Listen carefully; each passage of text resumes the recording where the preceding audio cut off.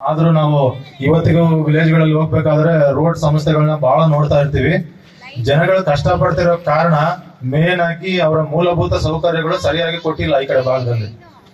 ಇವತ್ತಿಗೂ ಆ ಸಮಸ್ಯೆಗಳು ಸರ್ವೆ ಕೆಲಸಗಳು ಸರಿಯಾಗಿ ಆಗ್ತಾ ಇಲ್ಲ.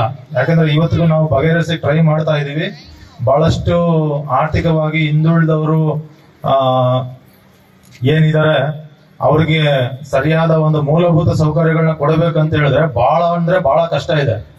ಈಗ ಪುರಸಭೆ ವ್ಯಾಪ್ತಿಯಲ್ಲಿ ಸುಮಾರು 80 ವರ್ಷ ಆಗಿದೆ. ಯಾಕೆ ನಮ್ದು ಕಸ ವಿಲೇವಾರಿ ಘಟಕ ಆಗಿಲ್ಲ ಅಂತ ಹೇಳಿದ್ರೆ ಕಾರಣ ನಮ್ ನಿರ್ಲಕ್ಷ್ಯ ಏನ್ ಗೊತ್ತಿಲ್ಲ. ನಾವು ಕೇವಲ ಸ್ಟೇಜ್ ಮೇಲೆ ಬಂದು ಜಗಳ ಆಡೋರು ಇದೇ ಕೆಲಸ ಆಗ್ಬಿಟ್ಟಿದೆ. ಅದು ಬೇಡ. ಎಲ್ರು ಜವಾಬ್ದಾರಿ ಇರೋರು ನಾವು ಜವಾಬ್ದಾರಿ ತಗೊಂಡು ಈ ಒಂದು ಭಾಗನ ಮುಂದುವರಿಸ್ಕೊಂಡು ಹೋಗೋಣ. ಅದರಲ್ಲಿ ಮುಖ್ಯವಾಗಿ ಇಲ್ಲಿ ಇನ್ನು ಬಹಳಷ್ಟು ಅಭಿವೃದ್ಧಿ ಕಾರ್ಯಗಳು ಆಗ್ಬೇಕಾಗಿದೆ. ಮಿನಿ ಪ್ರಜಾಸೌಧ ಆಗ್ಬೇಕಾಗಿದೆ, ಮತ್ತೆ ತಾಲೂಕು ಕೋರ್ಟ್ ಆಗ್ಬೇಕಾಗಿದೆ,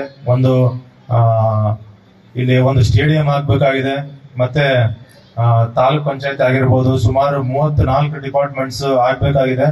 ಮತ್ತೆ ನಮ್ಮ ಪುರಸಭೆಗೆ ಸಹ ಒಂದು ಇದು ಹುಡುಕಿದೀವಿ ನಾವು, ಕಸ ವಿಲೇವಾರಿ ಘಟಕ.